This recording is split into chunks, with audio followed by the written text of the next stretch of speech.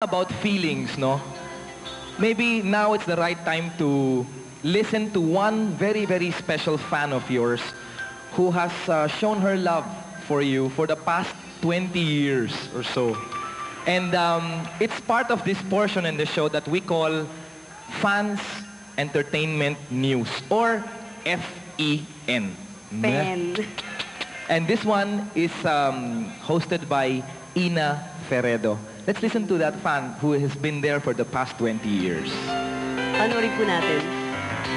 Kilala mo ba kung sino?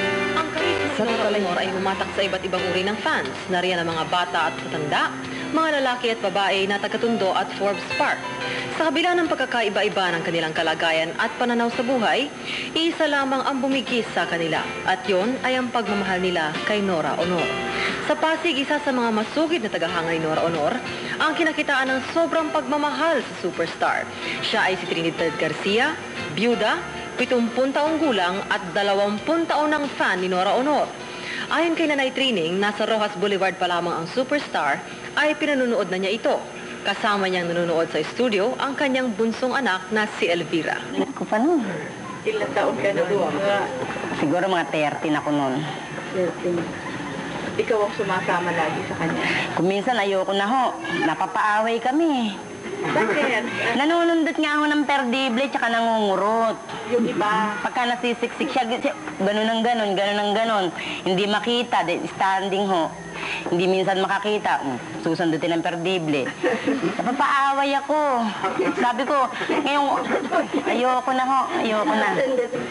Bukod sa panonood ng superstar, ang mag-ina ay pumipila rin sa mga sinihang pinaglalabasan ng mga pelikula ni Guy. Sino po ang pinakagusto niyong kapareha ni Guy? Sa mga leading men niya po, sino po ang pinakapaborito niyo po? Si Boyet. Ah, talaga po. Napanood niyo po yung Banawe, yung unang... Yun nga, yung Banawe. Ah, yun ang pinakagusto niyo po? Yung Banawi po. Ilang beses niyo pong pinanood yun? 2.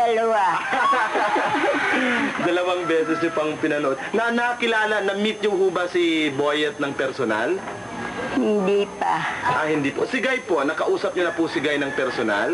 Hindi pa. Pero nakita niyo na po si Guy ng personal? 2 taon nang hindi makalakad si Nanay Trining. Kaya hindi na siya sumusunod-sunod kay Guy sa studio.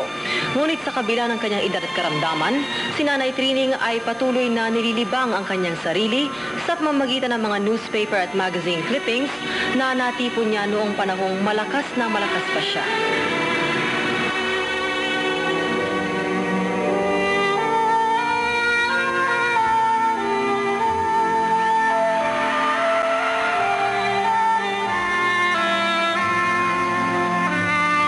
Guy, pumunta ka dito, mayakap man lang kita bago bumatay.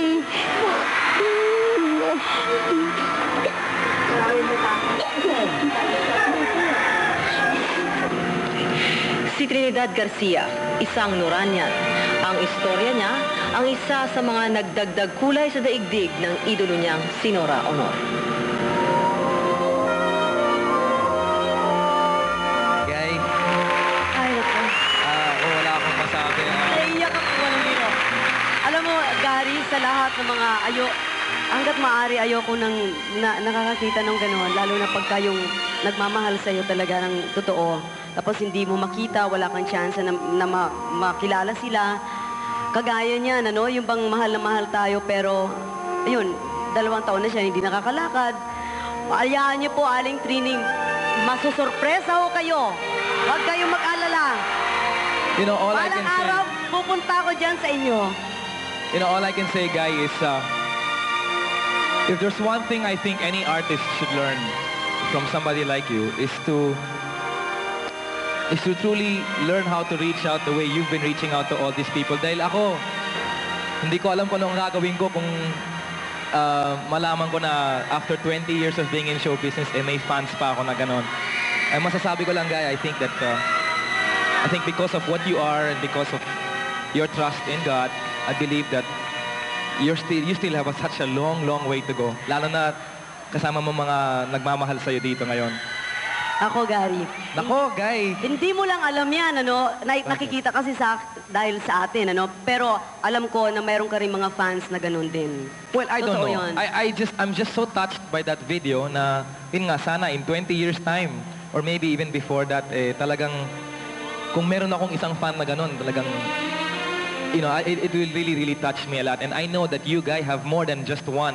I'm sure you have so many fans out there for all these years of being in show business. Di ba? Ano lang siguro yan, Gary? Hindi, Guy, talaga, marami talaga. Kailangan lang siguro sa isang tao, basta't alam mong nagmahal sa'yo talaga. Mayroon dyan paminsan-minsan, hindi natin napapansin, ika nga. Kaya yun ang sinasabi nila, ay, suplada yan. Pero hindi nila alam, sa loob ng puso natin, nandoon ang ating pagmamahal. At kinakailangan lamang sa mga katulad nga ni Aling Trining na ipakita natin yung ating sinseridad sa kanila. Yung That's ating right. pagmamahal din para sa kanila. I think that message really goes out to not only artists, but also to people like Sa all of lahat. us here, di ba? Na talagang dapat ipakita lang talaga kung yung pagmamahal Totoo. natin sa mga kaibigan natin, sa mga magulang natin. Learn from this lady, ladies and gentlemen. Fantastic lady. Okay, Gary. Maraming salamat. It was my pleasure being here and introducing that wonderful fan and being here in front of all your fans na alam ko, kulang pa to eh. Saludo. Dapat Saludo. 2 idol. nights itong Superstar eh. Sunday or Saturday and Sunday, mapupuno pa rin to eh. Kaya maraming salamat sa inyong lahat. Thank you very, very much. You've got one beautiful superstar right here. Alagaan niyong mabuti dahil nagmamahal sa inyong lahat. Maraming salamat. Thank you very much. Mga kaibigan, magbabalik po kami.